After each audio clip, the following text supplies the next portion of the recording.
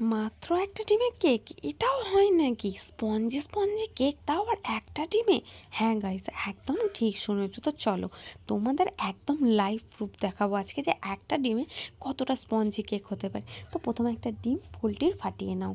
এই hand weeks, hand Blender, electric Blender যাই থাকুক না কেন, তারপর ওর মধ্যে দিয়ে দাও 1 কাপ চিনি, আর দিয়ে দাও 1/2 কাপ জল, তার সঙ্গে দিয়ে দাও একটুখানি ভিনিগার।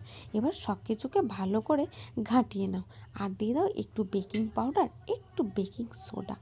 তারপর সব কিছুকে ভালো করে এইভাবে ঘাঁটতে থাকো।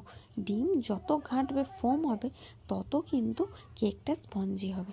এরপর দিয়ে দাও হচ্ছে কি গুঁড়ো দুধ।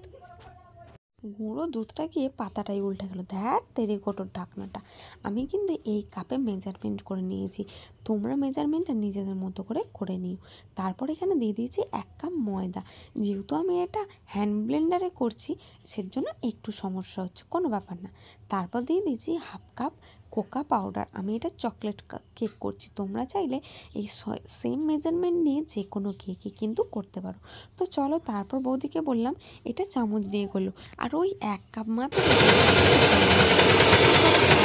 কিছুটা আমি মিক্সির মধ্যে ঢেলে দিয়েছি।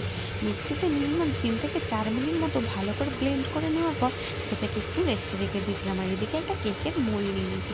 তোমরা চাইলে এই মোল্ডের বদলে যে কোনো কাপ, যে কোনো বাটি, যে কোনো কিছুতে করতে পারো, এমনকি ফয়েল পেপারেও করতে পারো। তারপরে এই মোল্ডের মধ্যে একটুখানি অয়েল দিয়ে দাও।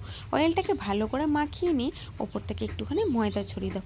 চাইলে তোমরা এখানে যে একটা পেপার পাওয়া যায়, সেই পেপারও কিন্তু ইউজ করতে পারো ইজিলি।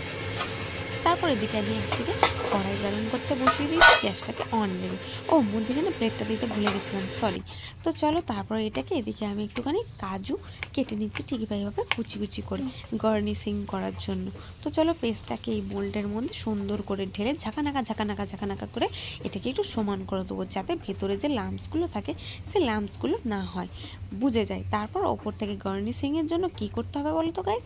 আরে হ্যাঁ রে বাবা, কাজুগুলোকে দিতে হবে, তাহলে কেকটা দেখতে ঠিক তোমাদের মতো সুন্দর লাগবে, তাই তো? হ্যাঁ, একদম ঠিকই। তোমরা চাইলে এখানে যে কোনো ড্রাই ফ্রুটস কিন্তু ইউজ করতেই পারো, কোনো রকম অসুবিধা নেই। তারপর কড়াইটাকে আমি চেঞ্জ করে ফেলেছিলাম। এই কড়াইয়ে বসিয়ে দিয়ে মিনিমাম 40 মিনিট মতো এটাকে হাই ফ্লেমে বেক করলেই তৈরি হয়ে যাবে আমাদের কেক। এই দেখো কত সুন্দর কেকটা ফুলে উঠেছে, আর দেখতেও কতটা সুন্দর হয়েছে না গাইস? একদমই ঠিক। তো চলো, আর লোভ না সামলাতে পেরে একটা টুথপিক ঢুকিয়েই দিলাম, মানে চেক করার জন্য। বৌদি এটাকে চেক করে দেখছিল যে হয়েছে নাকি। তো 40 মিনিট পর আমরা এটা দেখি একদম স্মুথলি হয়ে গেছে।